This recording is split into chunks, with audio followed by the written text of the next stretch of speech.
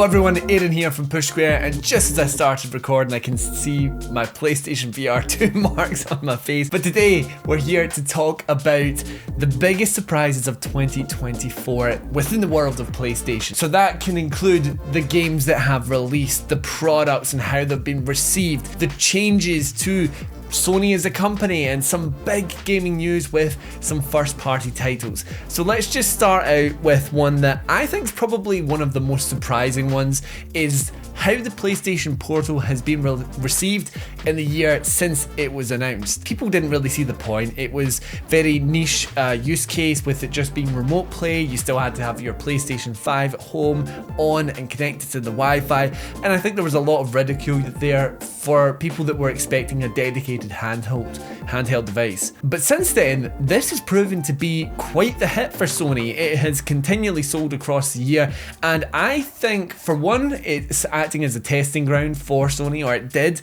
because we now know that there is a handheld in development currently. But it has really surprised me just how well this has been received since it was launched last year. A lot of people really rate this device, especially now that cloud streaming has been added to the PS Portal. That vastly improves the value proposition of this device, because it's no longer something that's completely useless without a PlayStation 5 at home. You can use this really anywhere with a solid connection. You can use the hotspot on your phone, and that's really handy. I love my PS Portal. Genuinely, I love it. Just last night I was playing Final Fantasy VII Remake on my PlayStation 5 downstairs in the living room, and then I came upstairs to bed, I picked up my PS Portal, and I started using cloud streaming and just picked up exactly where I left off from. It's such a great little experience for me. So that has got to be one of the biggest surprises, is just how well this thing seems to have continued to have sold and how big a hit it's been for Sony. I'm not going to really work in chronological order here, so next up we have Silent Hill 2 actually being really good. Everything that we had seen from this game since it was announced, it has just looked rubbish, to be honest. I don't have the nostalgic connection to the original because I'd never played it, but generally looking at a lot of the gameplay trailers that we saw with the, there was a combat trailer and all of that, it didn't look great graphically, yes, but the animations always seemed off, and I just didn't know if the vibe was really right.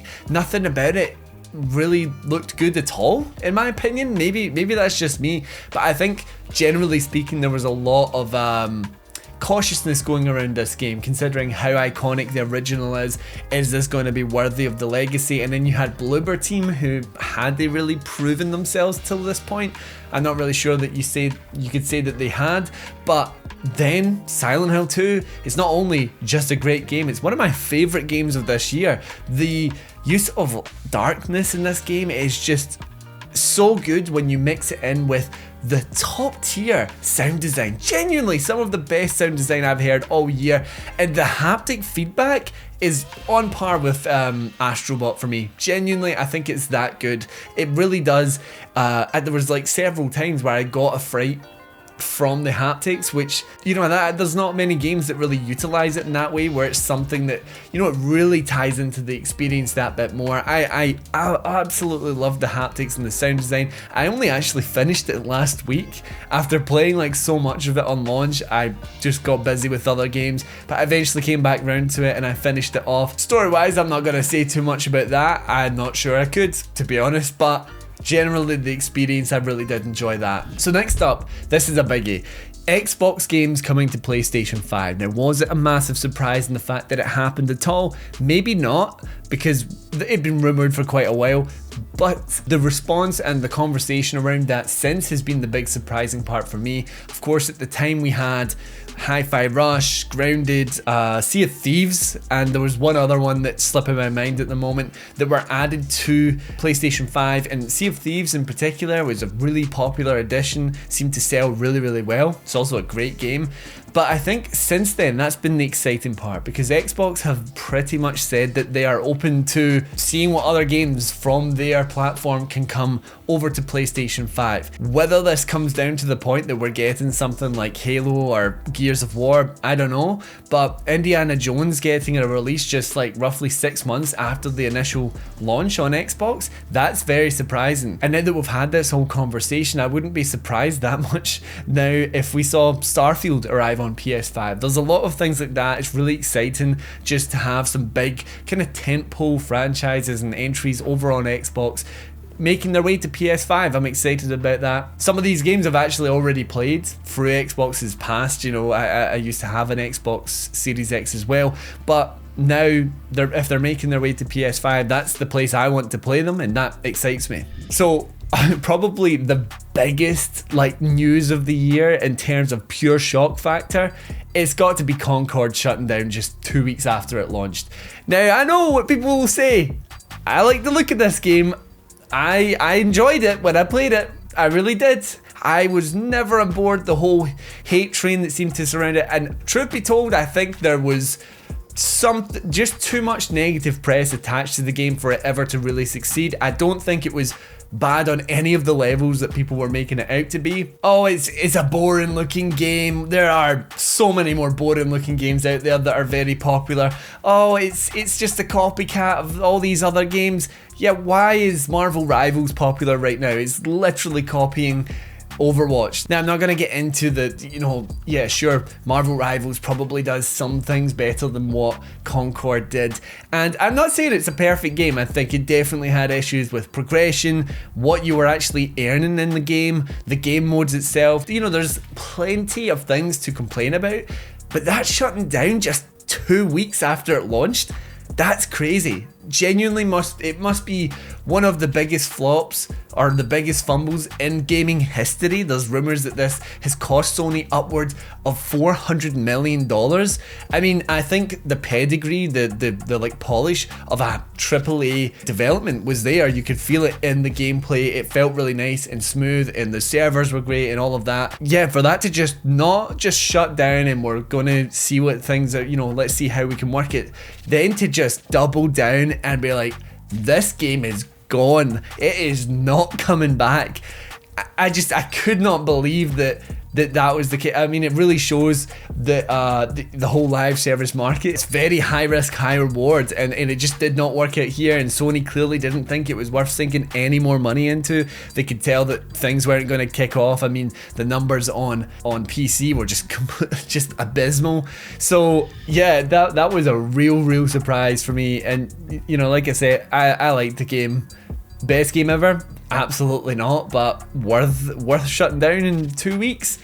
I don't know. Would it have lasted more than, like, you know, 6 to 10, you know, 6 months, maybe a year later, would it have shut down? Probably, but it's just surprising to see it go so quickly, especially as a Sony first party title at that point. So talking about Sony fumbles potentially, it's got to be not just the PS5 Pro announcement, because we kind of knew that was coming. It was the price.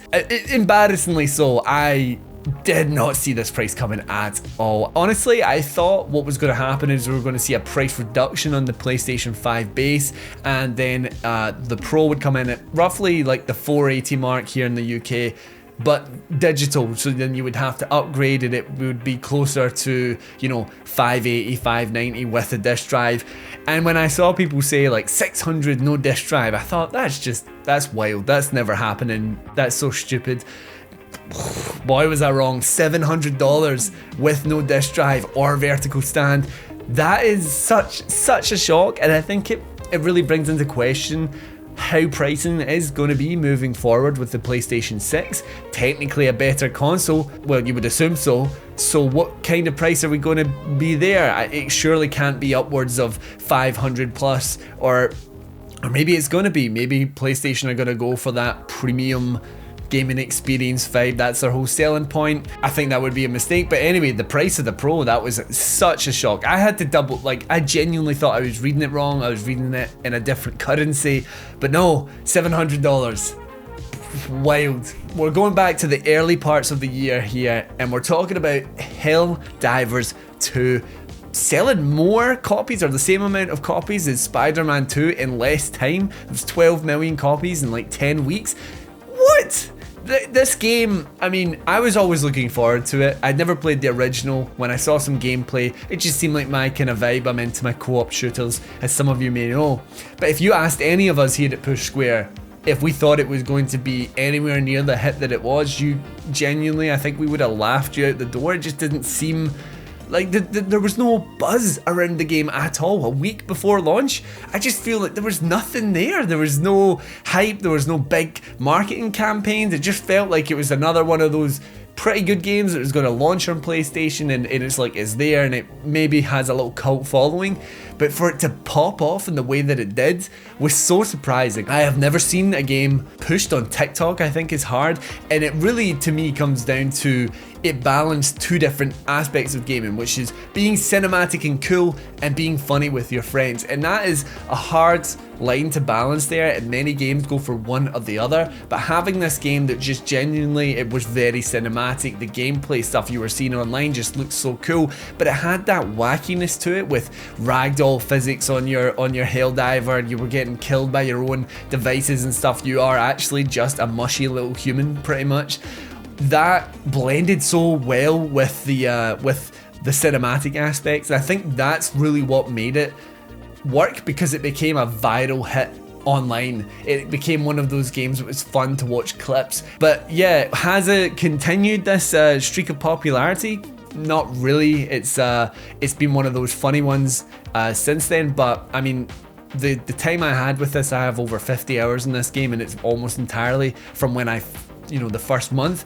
It's probably still going to be my game of the year just because of how much fun I had then, and the popularity there was crazy. Next up, this was a surprise, in a very recent surprise, purely for what it implied rather than the actual event itself. So for the 30th anniversary, PlayStation basically released these themes for the PlayStation 5 dashboard, where they were themed after each generation, PS1, 2, 3 and 4, and there was a 30th anniversary version as well, and they came with different sounds. And I mean, the themes themselves I think were a bit rubbish, like it was just a PNG really, isn't it?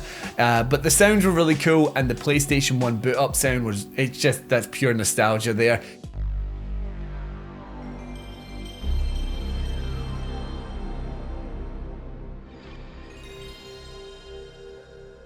So those aspects were great, but I think the surprising part is how casually it was dropped after 4 years of basically everyone saying, can we get PlayStation 5 home screen themes, please?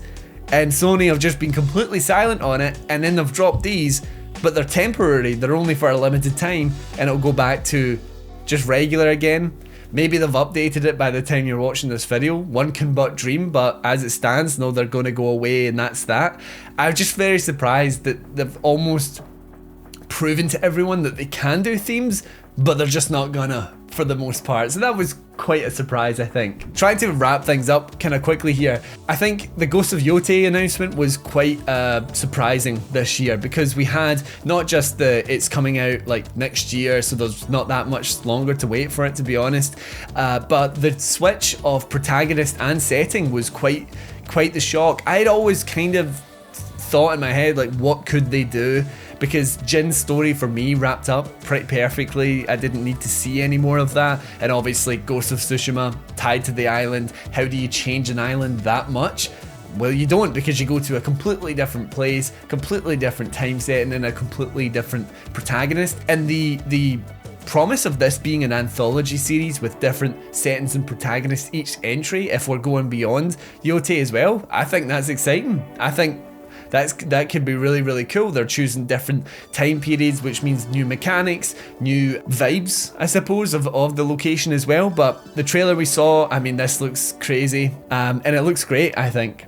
Lastly, probably the biggest internal change here at Sony this year was Jim Ryan being replaced as the CEO for two CEOs. Well, actually, there are two wars right now. Not co-CEOs. Two CEOs for the same company, with Herman Hulst and Hideaki Nishino.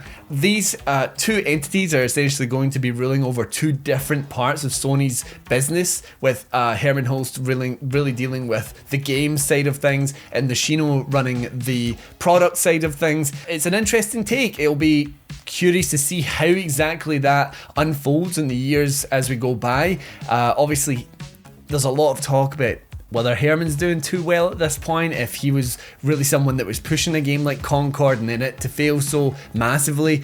But it's cool to see a change of some kind, because I think for a lot of people, the PlayStation 5 generation has not quite been to the level of the PS4. I think personally, like, I have enjoyed it and it has been great, but there almost is like a nostalgia now for the PS4 era where all these games were lining up and they were incredible. So it's interesting now to see that Sony's doing something internally that could change, like, the types of games we're playing, but also the products that we're using as well, because there's been a big push on the PlayStation ecosystem this generation. So I'll be keen to see how that unfolds going forward and if it's something that actually works out for the company. But yeah, that's 10 surprises. I didn't count them at the beginning, but I think that's 10 surprises that I've had in 2024 regarding PlayStation as a brand, as an experience, as a company. But what about you? What surprises have you had in 2024? What was the big one for you? If I had to pick one, I think it would be Concord. That just seemed like so massive. Like, this has never happened before. There's the whole dead in 6 month meme, but now you have dead in 2 weeks. Like, it completely it beat the joke in itself by 5.5 months. It's such a wild, unprecedented move from Sony, I think, as well, just to cut ties. Like, nah, we lost. There's no point in putting any more money into this. I found that crazy. But let me know what your personal picks for the biggest surprises of the year are down in the comments below. And as always, if you enjoyed the video, consider leaving a like. That really does help us out. And even better, subscribing to the channel for more PlayStation video content just like this. Anyway, until next time, I've been Aaron, and this has been Push Square.